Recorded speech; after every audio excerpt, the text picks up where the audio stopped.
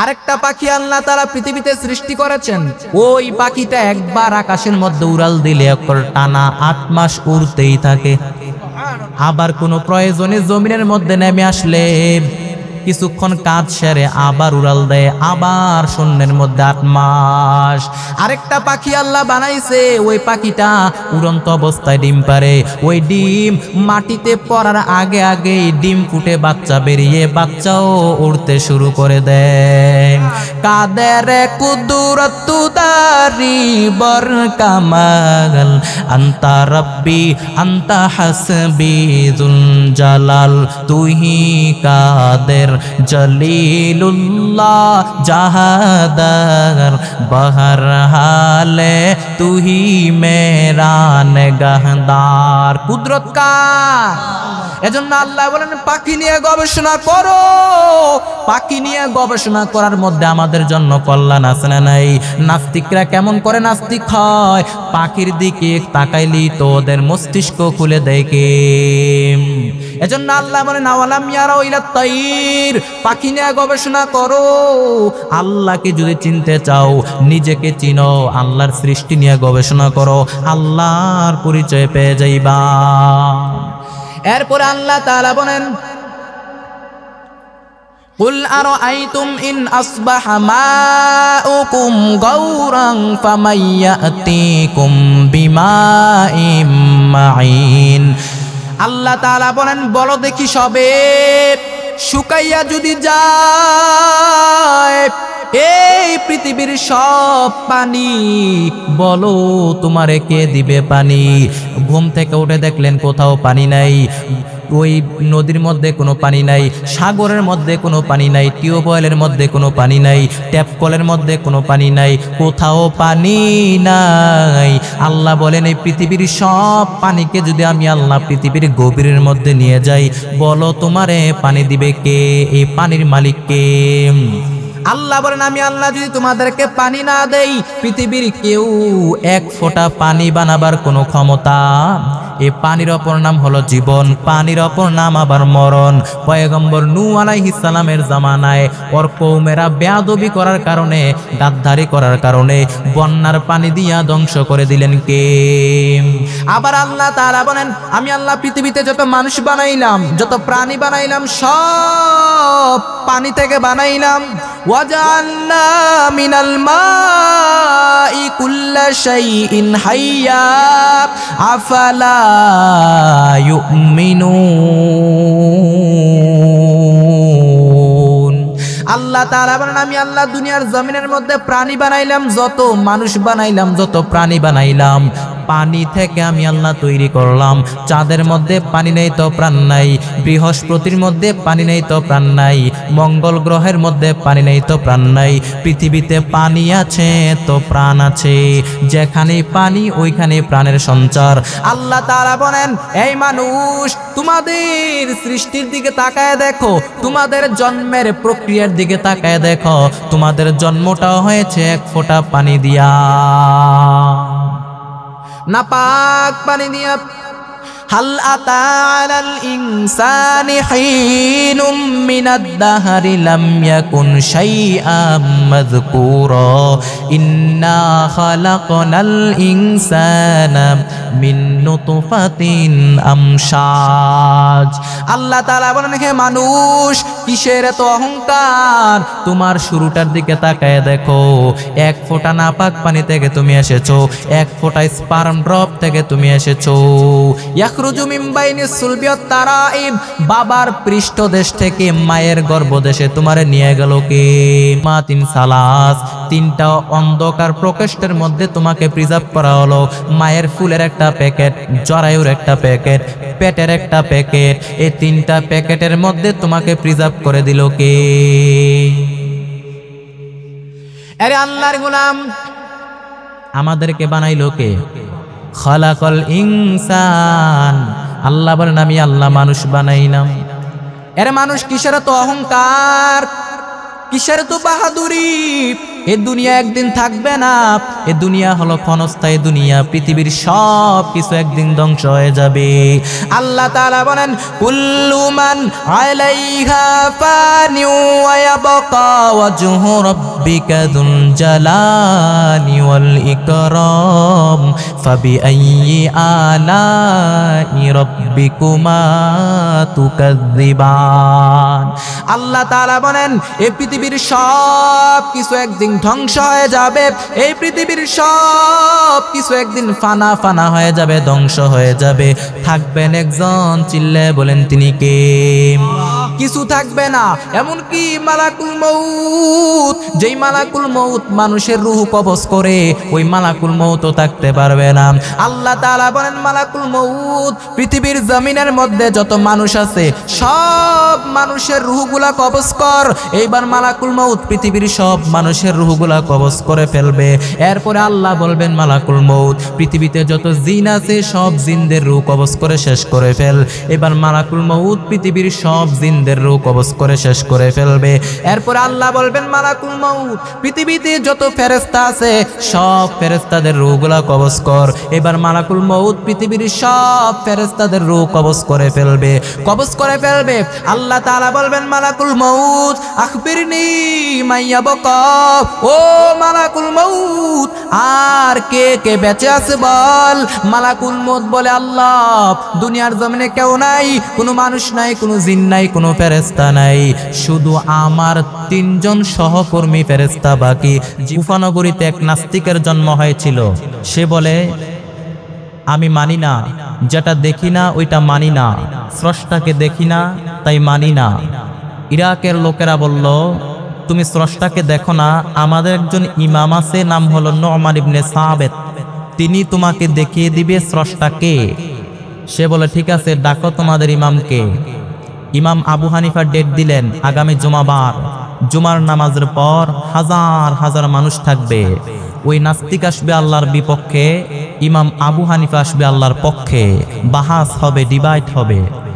জুমাবার হাজার হাজার জনসমুদ্র। ওই নাস্তিক এসেছে যে আল্লাহকে মানে না, আসে নাই শুধু ইমাম আবু হানিফা, উনি আসছেন কিন্তু 2 ঘন্টা লেট করে আসছেন। নাস্তিক বলে আপনার সাথে কোনো কথা নাই কেন? বলে আপনার তো সময়ের জ্ঞানই নাই। যার সময়ের কোনো জ্ঞান নাই তার সাথে আবার কিসের তর্ক? জানমিয়া। ইমাম আবু হানিফা বলেন ইনদি উজর, আমার উজর আছে, আপত্তি আছে। আমি যখন আমার ঘর থেকে বের হয়ে যাই, আমার বাড়ির সামনে বিশাল একটা নদী পড়ে যায়, ওই নদী পার হয়ে তারপরে আমার আসতে হয়। আজকে এসে দেখি নদীর সামনে কোনো নৌকা নাই, কোনো মাঝি নাই, কোনো মানুষ নাই, কিচ্ছু নাই। হঠাৎ করে তাকায় দেখলাম নদীর কিনারায় বিশাল একটা গাছ দেখা যায়। হঠাৎ করে দেখলাম গাছটা ফেটে 2 টুকরা হয়ে বিশাল 2টা তক্তা বের হয়ে গেল। তক্তাগুলি অটোমেটিক্যালি জোড়া লেগে একটা নৌকা হয়ে গেল। নৌকাটা সা করে আমার কাছে চলে আসলো। আমি বিসমিল্লাহ বলে নৌকার মধ্যে উঠে পড়লাম। নৌকা আমাকে এপার থেকে টান মেরে ওপার নামিয়ে দিল। তারপরে আমি আপনাদের কাছে ছুটে আসলাম। এই পুরা প্রসেসিং শেষ হতে আমার প্রায় 2 ঘন্টা সময় লেগেছে, এজন্য আমি দুঃখিত। নাস্তিক ডাক দেয়া মানে তগু ইমামের মাথা ঠিক নাই, তগু ইমামের মাথা ঠিক নাই, নিয়ে যা। অথবা রাত্রে ঘুমায় নাই। ইমাম আবু হানিফা ডাক দিয়া বললেন আপনি ভদ্রতা বজায় রাখেন, এমন করে কথা বলেন কেন? নাস্তিক ডাক দিয়া বলে এটা আবার কেমন কথা? কেমন করে এমনি এমনি নৌকা হয়? মাঝি ছাড়া কেমন করে এমনি এমনি নৌকা চলে? মিস্ত্রি ছাড়া কেমন করে এমনি এমনি নৌকা হয়? করাত ছাড়া কেমন করে এমনি এমনি গাছ কাটা যায়? কেমন করে এমনি এমনি নৌকা হয়? ইমাম আবু হানিফা বললেন এই তো আপনি লাইনে আসছেন, আপনার কথা থেকে যদি ধরি এমনি এমনি নৌকা হয় না। মাঝি ছাড়া নৌকা চলে না, মিস্ত্রি ছাড়া নৌকা বানানো যায় না, করাত ছাড়া গাছ কাটা যায় না। তাহলে বলেন কোনো কিছু এমনি এমনি হয় না, তাহলে জবাব দাও আসমানটা কেমন করে এমনি এমনি হলো? জমিনটা কেমন করে এমনি এমনি হলো? গোটা মহাবিশ্ব কেমন করে এমনি এমনি হলো? নাস্তিক পড়ছে বড় ঝামেলায়। নাস্তিক বলে হায় হায়, আমি তো এইভাবে চিন্তা করে দেখি নাই, আসলেই তেমনি এমনি কোনো কিছু হয় নাই। আসমানটা এমনি এমনি হয় নাই, জমিনটা এমনি এমনি হয় নাই, গোটা মহাবিশ্ব এমনি এমনি হয় নাই। নিশ্চয়ই একজন মহা ব্যবস্থাপক আছেন, নিশ্চয়ই একজন মহা রব আছেন, যিনি সবগুলারে কন্ট্রোল করতেছে। ডাক দিয়া বলে নোমান ইবনে সাবিত, আমি বুঝতে পারি নাই, এইভাবে চিন্তা করে দেখি নাই, আসলেই তো কোনো কিছু এমনি এমনি হয় না। আসমান এমনি হয় নাই, জমিন এমনি হয় নাই, গোটা মহাবিশ্ব এমনি এমনি হয় নাই। নিশ্চয়ই একজন ব্যবস্থাপক আছে, নিশ্চয়ই একজন রব আছে, সবগুলারে তিনি কন্ট্রোল করতেছে। ও নোমান ইবনে সাবিত, আমি ভুল করেছি, আপনি আমারে মাফ করে দেন আর আমারে পড়ায় দেন লা ইলাহা ইল্লাল্লাহু মুহাম্মাদুর রাসূলুল্লাহ। নাস্তিকদের জন্য আল্লাহ তাআলা এই সূরাতে কিছু নিদর্শন দিয়েছেন।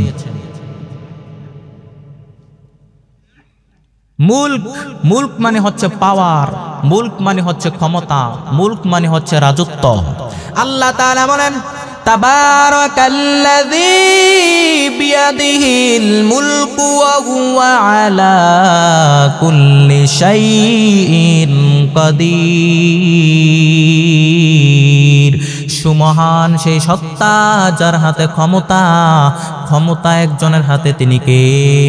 তাবারাকাল্লাযী, সুমহান সেই সত্তা, তার হাতে ক্ষমতা, ক্ষমতার মালিক একমাত্র কে? আমরা তো বলি আমরা সব ক্ষমতার মালিক, আমার এলাকা আমার দাপট। আল্লাহ কয় তোর কোনো দাপট নাই, দাপট একজনের, চিল্লায় বলেন তিনি কে? কেমন করে আমরা ক্ষমতার মালিক? আমরা তো দুর্বল। খুলিকাল ইনসানু যায়িফা, দুর্বলের ঘরে দুর্বল। কেমন করে আমরা ক্ষমতার মালিক হই? ছোটবেলায় ছিলাম দুর্বল, বুড়া হয়ে গেল মানুষ দুর্বল হয়ে যায়, চোখে দেখে না, কানে শোনে না। কেমন করে আমরা ক্ষমতার মালিক হই?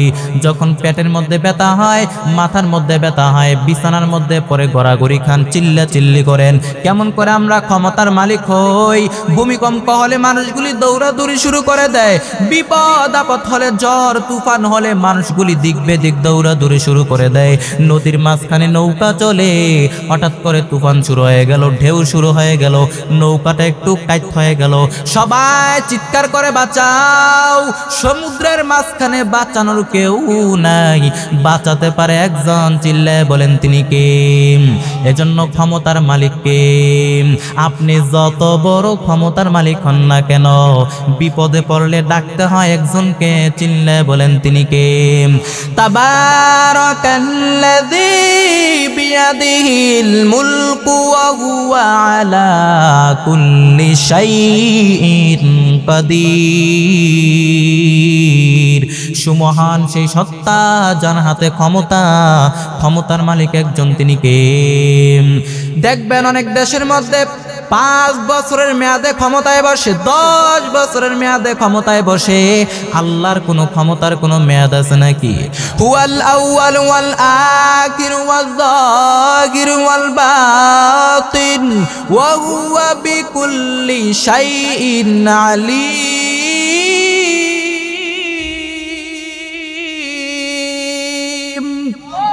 আল্লাহ বলেন আমি প্রথম, আমি শেষ, আমি প্রকাশ্য, আমি গোপন, আমি অনাদিকাল থেকে ক্ষমতার চেয়ারে আছি, অনন্তকাল পর্যন্ত ক্ষমতার চেয়ারে থাকবো।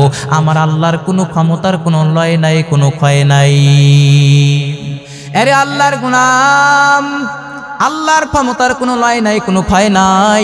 অনেক দেশের মধ্যে দেখবেন রাজতন্ত্র, রাজার পোলা রাজা, অনেক দেশের মধ্যে ভোটে জিতে ক্ষমতায় আসে, অনেক দেশের মধ্যে আবার স্বৈরাচারী পদ্ধতিতে ক্ষমতায় আসে, অনেক দেশের মধ্যে রাজতন্ত্র, রাজার পোলা রাজা। আল্লাহ কে এরকম নাকি? কুল হুয়াল্লাহু আহাদ, আল্লাহ বলেন আমার কোনো ছেলে নাই, কোনো মেয়ে নাই, আমার কোনো স্ত্রী সন্তান পুত্র নাই। আল্লাহ বলেন আমার কোনো অংশীদার নাই, আমি আল্লাহ একাই সব ক্ষমতার মালিক। ওয়ালাম ইয়াকুল্লাহু শারীকুন ফিল মুলকি ওয়া কাব্বিরহু তাকবীরা।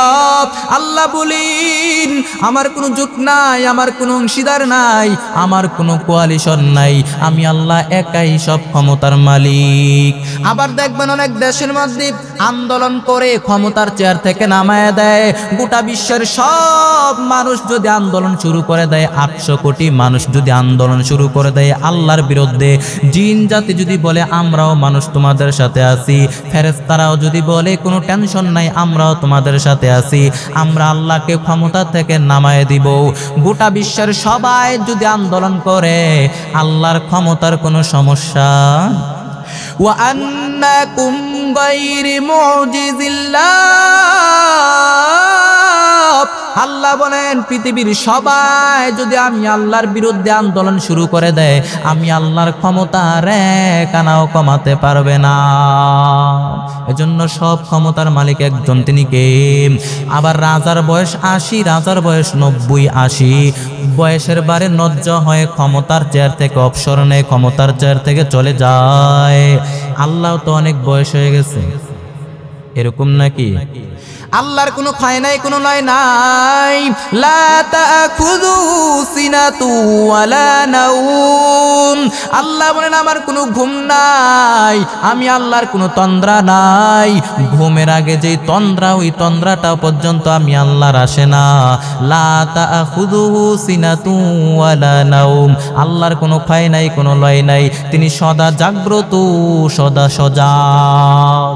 এজন্য সমস্ত ক্ষমতার মালিক একজন, তিনি কে? নাকি সব ক্ষমতার মালিক জনগণ? আর কোনোদিন বলবেন নাকি সব ক্ষমতার মালিক উৎস একজন, তিনি কে? আমরা বুঝলাম আল্লাহ তুমি ক্ষমতার মালিক, আর কিসের মালিক? আল্লাহ তাআলা জানায় দেয় আল্লাযী খলাকাল মাউতা ওয়াল হায়াতা লিয়াবলুয়াকুম আইয়ুকুম আহসানু আমালা ওয়া হুয়াল আজিজুল গফুর। আল্লাহ বলেন আমি মরণের মালিক, আমি আল্লাহ জীবনের মালিক, আমি আল্লাহ জীবন দেই মরণ দেই। শুধু তাই না, জীবন এবং মরণের মাঝখানে যে রুহু, এ রুহের মালিক হলাম আমি আল্লাহ। এ রুহু কেউ ধরতে পারে না, কেউ ছুঁইতে পারে না, রুহু কেউ দেখেও না, ওজন কত, কালার কেমন, সাইজ কেমন কেউ বলতে পারে না। নানা মরে যায়, দাদি মরে যায়, দাদা মরে যায়, নাতিরা পাশে বসা, কোন দিক দিয়া রুহু উড়াল দিল কেউ বলতে পারে না, কেউ দেখে নাই। রুহুর মালিক একজন, তিনি কে? আল্লাহ বলেন কিয়ামত পর্যন্ত রুহু নিয়ে গবেষণা করতে পারবে, কিন্তু রুহু খুঁজে পাবি না। এজন্য মক্কার কাফেররা ডাক দিয়া বলে মুহাম্মদ বলো রুহু কাকে বলে? আল্লাহ নবী বলেন না, কারণ নবী মন গড়া কোনো কথা কয় না। জিব্রাইল এসে ডাক দিয়া বললেন ও পয়গম্বর আপনি জানায় দেন কুলির রূহু মিন আমরি রাব্বি ওয়া মা উতিতুম মিনাল ইলমি ইল্লা কলিলা। রূহু আল্লাহর আদেশ, আল্লাহর আদেশে ভিতরে ঢুকে আবার আল্লাহর আদেশে বের হয়ে যায়। এজন্য রুহু কালার কেমন, ওজন কত, সাইজ কেমন কেউ বলতে পারে না।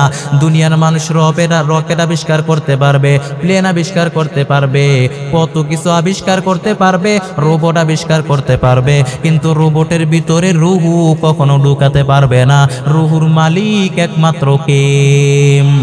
আমরা বুঝলাম আল্লাহ তুমি রুহের মালিক, আর কিসের মালিক?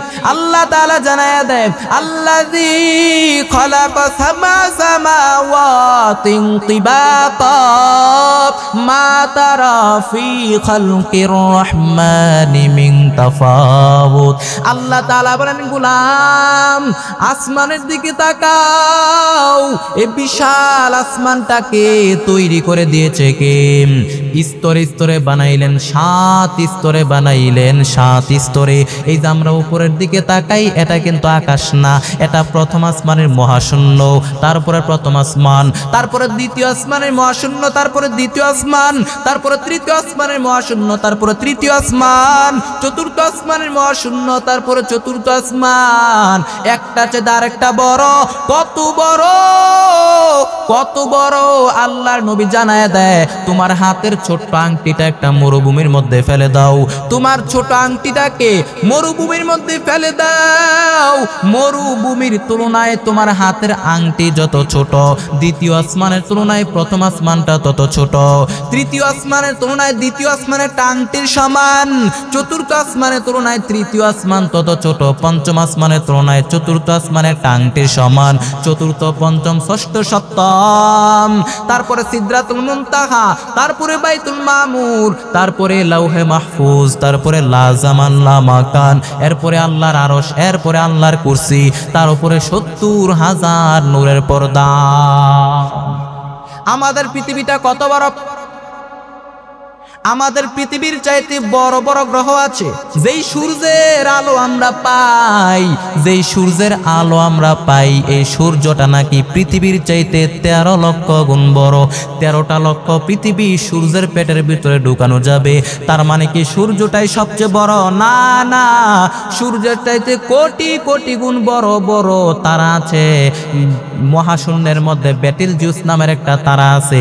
ওই বেটেলজিউস তারাটা, সূর্যটা তো পৃথিবীর চাইতে ১৩ লক্ষ গুণ বড়, কিন্তু ওই বেটেলজিউস নামের তারাটা সূর্যের চাইতে ৩৩ কোটি গুণ বড়।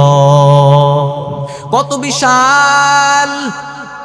এজন্য আল্লাহ বলেন, ওয়ালাকাদ যায়্যানাস সামাআদ দুনিয়া বিমাসাবিহা ওয়া জাআলনাহা রুজুমান লিশ-শায়াতিন। আল্লাহ তাআলা বলেন, আমি আল্লাহ প্রথম আসমানের মহাশূন্যকে আলো দিয়ে, তারা দিয়ে সুসজ্জিত করে দিলাম। তারাগুলো বিশাল বড় বড় তারা, মনে হয় যেন প্লেন দিয়া গেলে ঘাপটি মেরে ধরতে পারবো। আসলে কি ধরতে পারবেন? বিশাল বড় বড়। আপনাদেরকে আন্দাজ করানোর জন্য এখন আপনাদেরকে নিয়ে যাব পৃথিবীর সবচাইতে কাছের যে তারাটা। পৃথিবীর সবচাইতে কাছের তারার নাম হলো প্রক্সিমা সেন্ট্রাই। দূরের তারায় তো যেতে পারবেন না, কাছের তারাতে একটু ঘুরে আসি চলেন। কি দিয়া যাবেন? বিমান দিয়ে তো যেতে পারবেন না, যেতে হবে রকেট দিয়ে। নীল আর্মস্ট্রং মাইকেল কলিজ যে রকেটটা দিয়ে চাঁদের দেশে নেমেছিল, ওই রকেটটার নাম হলো অ্যাপোলো 11। সেকেন্ডে চলে 11 কিলোমিটার বেগে, মিনিটে চলে ৬৬০ কিলোমিটার বেগে, ঘন্টায় চলে ২৯,০০০ কিলোমিটার বেগে। এত দ্রুতগামী রকেট, এই দ্রুতগামী রকেটটা দিয়ে যদি আপনি পৃথিবীর সবচেয়ে কাছের তারা প্রক্সিমা সেন্ট্রায় যেতে চান, তাহলে আপনার সময় লেগে যাবে। যে রকেটটা চলে ২৯,০০০ কিলোমিটার বেগে ঘন্টায়, এই রকেটটা দিয়ে যদি পৃথিবীর সবচেয়ে কাছের তারায় যেতে চান, তাহলে আপনার সময় লেগে যাবে ১,১৫,০০০ বছর। ৬,০০০ জেনারেশন মরে যাবে, তারপরে ওই তারাতে নামার সুযোগ সময় আপনার হবে। এজন্য আল্লাহ বলেন, আল্লাযী ওয়ালাকাদ যায়্যানাস সামাআদ দুনিয়া বিমাসাবিহা ওয়া জাআলনাহা রুজুমান লিশ-শায়াতিন। আল্লাহ তাআলা বলেন, আমি আল্লাহ প্রথম আসমানের মহাশূন্যকে তারা দিয়ে, আলো দিয়ে সুসজ্জিত করে দিলাম। আরে আল্লাহর গোলাম, এরপরে আল্লাহ তাআলা বলেন, আওয়ালাম ইয়ারাউ ইলাত তায়রি ফাওকাহুম সাফাতিন ওয়া ইয়াকবিতুনা মা ইউমসিকুহুন্না ইল্লার রাহমান ইন্নাহু বিকুল্লি শাইইন বাসীর। আল্লাহ তাআলা বলেন, নাস্তিকরা কি পাখির দিকে তাকায় না? নাস্তিকরা কেমন করে নাস্তিক হয়? পাখির দিকে তাকাইলেই তো ওদের মস্তিষ্ক খুলে যায়। পাখির কথা কোরআনে আছে না নাই? অসংখ্য পাখির কথা আল্লাহ তাআলা কোরআনে বললেন। আল্লাহ তাআলা পাখির কথা কোরআনে বললেন। আব্রাহার নাম আপনারা শুনেছেন, জালেম বাদশাহ, কাবা ঘর ধ্বংস করার জন্য রওনা হয়ে গেল হস্তি বাহিনী নিয়া। ওই আব্রাহাকে ধ্বংস করার জন্য আল্লাহ তাআলা একটা পাখি পাঠাইলেন। ওই পাখিটার নাম কি? ওয়া আরসালা আলাইহিম তায়রান আবাবিল। আল্লাহ তাআলা আবাবিল নামক পাখি দিয়া ওই আব্রাহার হস্তি বাহিনীকে ধ্বংস করে দিলেন। ওই পাখিটার নাম হলো আবাবিল পাখি। এরপরে আল্লাহ তাআলা সুলাইমান নবীকে একটা পাখি দিলেন। বলেন তো পাখিটার নাম কি? সুলাইমান নবীর সিংহাসন উড়ে, পাখিটা উড়ে।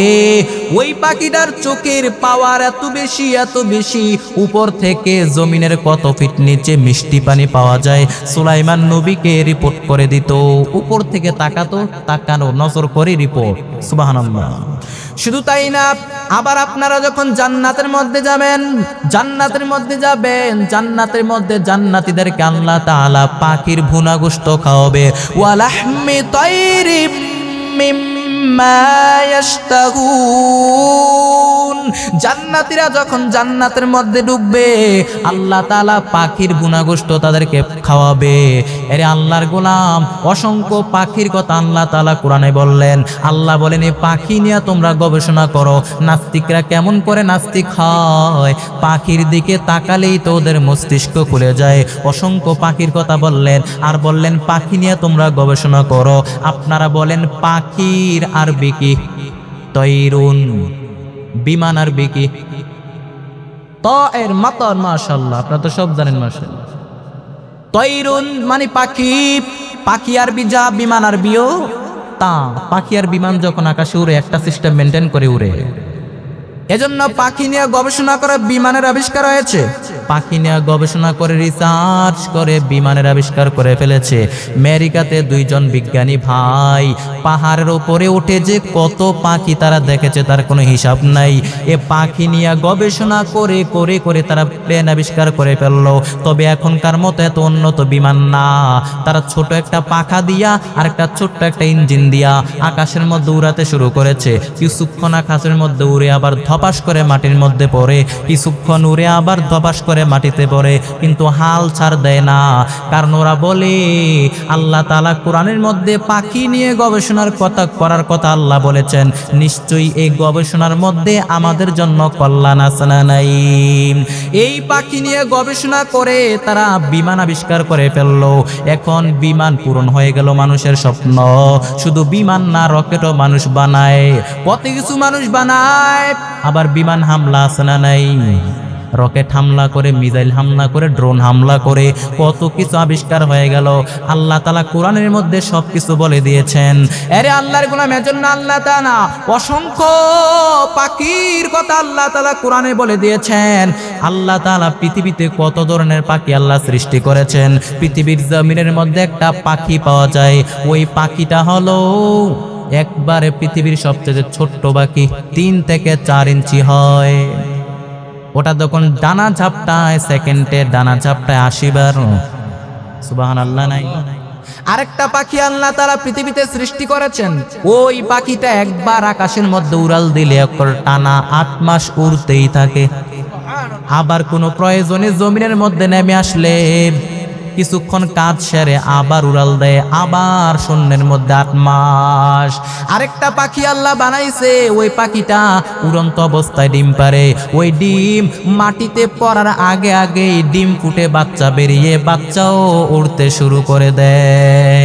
কাদের কুদরত দারি বর কামাল, আন্তা রব্বি আন্তা হাসবি যুল জালাল, তুহি কাদের জলিলুল্লাহ জাহাদার, বহর হালে তুহি মেরা নেগাহদার। কুদরত কা।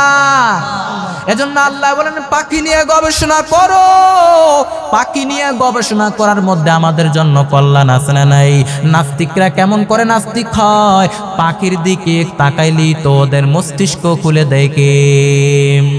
এজন্য আল্লাহ বলেন আওয়ালাম ইয়ারাউ ইলাত তাইর, পাখি নিয়ে গবেষণা করো। আল্লাহকে যদি চিনতে চাও, নিজেকে চিনো, আল্লাহর সৃষ্টি নিয়ে গবেষণা করো, আল্লাহর পরিচয় পেয়ে যাইবা। এরপরে আল্লাহ তাআলা বলেন, কুল আরাআইতুম ইন আসবাহা মাউকুম গাওরান ফামাইয়াতিকুম বিমাইম মাইন। আল্লাহ তাআলা বলেন, বলো দেখি সবে শুকাইয়া যদি যায় এই পৃথিবীর সব পানি, বলো তোমারে কে দিবে পানি? ঘুম থেকে উঠে দেখলেন কোথাও পানি নাই, ওই নদীর মধ্যে কোনো পানি নাই, সাগরের মধ্যে কোনো পানি নাই, টিউবওয়েলের মধ্যে কোনো পানি নাই, ট্যাপ কলের মধ্যে কোনো পানি নাই, কোথাও পানি নাই। আল্লাহ বলেন এই পৃথিবীর সব পানিকে যদি আমি আল্লাহ পৃথিবীর গভীরের মধ্যে নিয়ে যাই, বলো তোমারে পানি দিবে কে? এই পানির মালিক কে? আল্লাহ বলেন আমি আল্লাহ যদি তোমাদেরকে পানি না দেই, পৃথিবীর কেউ এক ফোঁটা পানি বানাবার কোনো ক্ষমতা। এই পানির অপর নাম হলো জীবন, পানির অপর নাম আবার মরণ। পয়গম্বর নূহ আলাইহিস সালামের জামানায় ওর কওমেরা বেয়াদবি করার কারণে, গাদ্দারি করার কারণে বন্যার পানি দিয়া ধ্বংস করে দিলেন কে? আবার আল্লাহ তাআলা বলেন আমি আল্লাহ পৃথিবীতে যত মানুষ বানাইলাম, যত প্রাণী বানাইলাম, সব পানি থেকে বানাইলাম। ওয়াজআলনা মিনাল মাই কুল্লা শাইইন হাইয়্যা আফালা ইউমিনুন। আল্লাহ তাআলা বলেন আমি আল্লাহ দুনিয়ার জমিনের মধ্যে প্রাণী বানাইলাম, যত মানুষ বানাইলাম, যত প্রাণী বানাইলাম, পানি থেকে আমি আল্লাহ তৈরি করলাম। চাঁদের মধ্যে পানি নেই তো প্রাণ নাই, বৃহস্পতির মধ্যে পানি নেই তো প্রাণ নাই, মঙ্গল গ্রহের মধ্যে পানি নেই তো প্রাণ নাই, পৃথিবীতে পানি আছে তো প্রাণ আছে। যেখানে পানি ওইখানে প্রাণের সঞ্চার। আল্লাহ তাআলা বলেন এই মানুষ তোমাদের সৃষ্টির দিকে তাকায় দেখো, তোমাদের জন্মের প্রক্রিয়ার দিকে তাকায় দেখো, তোমাদের জন্মটাও হয়েছে এক ফোঁটা পানি দিয়া, নাপাক পানি দিয়া। হাল আতা আলাল ইনসানি হিনুম মিনাদ দাহরি লাম ইয়াকুন শাইআম মাযকুরা ইন্না খালাকনাল ইনসানা মিন নুতফাতিন আমশাজ। আল্লাহ তাআলা বলেন হে মানুষ কিসের এত অহংকার? তোমার শুরুটার দিকে তাকায় দেখো, এক ফোঁটা নাপাক পানি থেকে তুমি এসেছো, এক ফোঁটা স্পার্ম ড্রপ থেকে তুমি এসেছো। ইয়াখরুজু মিন বাইনিস সুলবি ওয়াত তারাইব, বাবার পৃষ্ঠদেশ থেকে মায়ের গর্ভদেশে তোমারে নিয়ে গেল কে? মা তিন সালাস, তিনটা অন্ধকার প্রকোষ্ঠের মধ্যে তোমাকে প্রিজার্ভ করা হলো। মায়ের ফুলের একটা প্যাকেট, জরায়ুর একটা প্যাকেট, পেটের একটা প্যাকেট, এই তিনটা প্যাকেটের মধ্যে তোমাকে প্রিজার্ভ করে দিল কে? আরে আল্লাহর গোলাম, আমাদেরকে বানাইলো কে? খালাকাল ইনসান। আল্লাহ বলেন আমি আল্লাহ মানুষ বানাইলাম। এর মানুষ কিসের তো অহংকার, কিসের তো বাহাদুরি? এ দুনিয়া একদিন থাকবে না, এ দুনিয়া হলো ক্ষণস্থায়ী দুনিয়া, পৃথিবীর সব কিছু একদিন ধ্বংস হয়ে যাবে। আল্লাহ তাআলা বলেন কুল্লু মান আলাইহা ফানি ওয়া ইয়াবকা ওয়াজহু রাব্বিকা যুল জালালি ওয়াল ইকরাম ফাবিআইয়ি আলাই রাব্বিকুমা তুকাযযিবান। আল্লাহ তাআলা বলেন এই পৃথিবীর সব কিছু একদিন ধ্বংস হয়ে যাবে, এই পৃথিবীর সব কিছু একদিন ফানা ফানা হয়ে যাবে, ধ্বংস হয়ে যাবে। থাকবেন একজন, চিল্লায়ে বলেন তিনি কে? কিছু থাকবে না, এমনকি মালাকুল মউত, যেই মালাকুল মউত মানুষের রূহ কবজ করে, ওই মালাকুল মউতও থাকতে পারবে না। আল্লাহ তাআলা বলেন মালাকুল মউত পৃথিবীর জমিনের মধ্যে যত মানুষ আছে সব মানুষের রূহগুলা কবজ কর। এইবার মালাকুল মউত পৃথিবীর সব মানুষের রূহগুলা কবজ করে ফেলবে। এরপরে আল্লাহ বলবেন মালাকুল মউত পৃথিবীতে যত জিন আছে সব জিনদের রূহ কবজ করে শেষ করে ফেল। এবার মালাকুল মউত পৃথিবীর সব জিনদের রূহ কবজ করে শেষ করে ফেলবে। এরপর আল্লাহ বলবেন মালাকুল মউত পৃথিবীতে যত ফেরেশতা আছে সব ফেরেশতাদের রূহগুলা কবজ কর। এবার মালাকুল মউত পৃথিবীর সব ফেরেশতাদের রূহ কবজ করে ফেলবে, কবজ করে ফেলবে। আল্লাহ তাআলা বলবেন মালাকুল মউত আখবিরনি মাইয়া বকা, ও মালাকুল মউত আর কে কে বেঁচে আছে বল। মালাকুল মউত বলে আল্লাহ দুনিয়ার জমিনে কেউ নাই, কোনো মানুষ নাই, কোনো জিন নাই, কোনো ফেরেশতা নাই, শুধু আমার তিনজন সহকর্মী ফেরেশতা বাকি। জিব্রাইল মরে নাই, ইসরাফিল মরে নাই, এরপরে মিকাইল মরে নাই। আল্লাহ বলেন, ও মালাকুল মউত, জিব্রাইলের ফেরেশতারা জিব্রাইলের রূহটা কবজ করে নিয়ে আয়, মিকাইলের রূহটা কবজ করে নিয়ে আয়, ইসরাফিলের রূহটা কবজ করে নিয়ে আয়। এবার মালাকুল মউত জিব্রাইলের রূহটা কবজ করবে, ইসরাফিলের রূহটা কবজ করবে, মিকাইলের রূহটা কবজ করবে, কবজ করে শেষ করে ফেলবে। এরপরে আল্লাহ বলবেন, আখবিরনি মাইয়া বক, ও মালাকুল মউত, পৃথিবীর জমিনে আর কে কে বেঁচে আছে বল। মালাকুল মউত বলবে, আল্লাহ দুনিয়ার জমিনে কেউ নাই, কোনো মানুষ নাই, কোনো জিন নাই, কোনো ফেরেশতা নাই, এমনকি আমার সহকর্মী তিনজন ফেরেশতাও নাই। মালাক কেউ নাই, কেউ নাই। এরপর আল্লাহ ডাক দিয়া বলবেন, আখবিরনি মাইয়া বক, ও মালাকুল মউত, আর কে কে বেঁচে আছে বল। মালাকুল মউত বলবে, আল্লাহ কেউ নাই, শুধু আমি আর তুমি আছি। আল্লাহ বলবেন, মালাকুল মউত এবার তুই মর, তুই মর। বলার সঙ্গে সঙ্গে মালাকুল মউতের কাঁপুনি ছুটে যাবে, কাঁপতে থাকবে। আল্লাহ বলবেন, কাপা কাপি করে কোনো লাভ নাই, তুইও মরবি, তুইও মর। মালাকুল মউত বলবে, আল্লাহ পৃথিবীর সবার রুহু আমি কবজ করে ফেললাম, পৃথিবীর সবাইকে আমি মেরে ফেললাম, আমি কেন মরবো? আল্লাহ বলবেন, কোনো কথা নাই, তুই আমার। কুল্লু নাফসিন যায়িকাতুল মউত, প্রত্যেকটা প্রাণীকেই মরণের স্বাদ গ্রহণ করতে হবে রে মালাকুল মউত, তুইও মরবি, তুইও মর। মালাকুল মউত বলে, আল্লাহ আমি যদি জানতাম আমি আমার নিজের রূহ কবজ করা লাগবে, তাহলে এই কঠিন দায়িত্ব থেকে তোমার কাছে পানাহ চাইতাম। আল্লাহ বলবেন, জান্নাত এবং জাহান্নামের মাঝ বরাবর গিয়া দাঁড়া। জান্নাত এবং জাহান্নামের মাঝ বরাবর একটা জায়গা আছে, নাম হলো আল আরাফ। ওই আল আরাফ নামক জায়গার মধ্যে দাঁড়া। এইবার মালাকুল মউত জান্নাত এবং জাহান্নামের মাঝখানে দাঁড়াবে। আল্লাহ তাআলা বলবেন, মুত ইয়া মালাকুল মউত। বলার সঙ্গে সঙ্গে মালাকুল মউত বিকট একটা চিৎকার দিয়া জান্নাত এবং জাহান্নামের মাঝখানে শেষ হয়ে যাবে। আল্লাহ নবী বলেন, ওই দিন মালাকুল মউতের চিৎকার এত ভয়ঙ্কর হবে, এত ভয়ঙ্কর হবে, কিয়ামত ঘটানোর জন্য আলাদা করে ইসরাফিলের সিংহায় ফুৎকার দেওয়ার দরকার হতো না। ওই দিন মালাকুল মউতের চিৎকার, মরণের চিৎকার এত ভয়ঙ্কর হবে, তখন যদি দুনিয়ার জমিনে কোনো মানুষ থাকতো, কানের পর্দা ফেটে লাশ হয়ে জমিনের মধ্যে পড়ে যাইত। দুনিয়ার জমিনে কেউ নাই, কোনো মালাকুল মউত নাই, আছেন শুধু একজন, তিনি কে? আল্লাহ তাআলা ধমক দিয়া বলবে, ইয়া আরদু আইনাল আশজার, ও পৃথিবী তোর বড় বড় গাছগুলা কই? ইয়া আরদু আইনাল আনহার, ও পৃথিবী তোর বড় বড় নদীগুলা কোথায়? ইয়া আরদু আইনাল জাবাবির, ও পৃথিবী তোর অত্যাচারী শাসকগুলা আজকে কোথায়? ও পৃথিবী তোর নিয়ামতগুলা আজকে কোথায়? তোর বড় বড় অত্যাচারী শাসকগুলা আজকে কোথায়? তোর ভোগের দুনিয়া আজকে কোথায়? লিমানিল মুলকুল ইয়াউম লিল্লাহিল ওয়াহিদিল কাহ্হার। আজকের রাজত্ব কার? ওই দিন রাজত্ব কারো হবে না, ওই দিন রাজত্ব হবে একজনের। চিল্লায় বলেন, তিনি কে? কেউ নাই। এরে আল্লাহর গোলাপ, এজন্য ঈমানটা নিয়ে কবরে যাও, প্রশ্নগুলো রেডি করে কবরে যাও। তোমাকে প্রশ্ন করা হবে, মার রব্বুকা, তোমার রবকে, ওমান দীনুকা, তোমার দিন কি। এরপরে নবীকে তোমাকে প্রশ্ন করা হবে।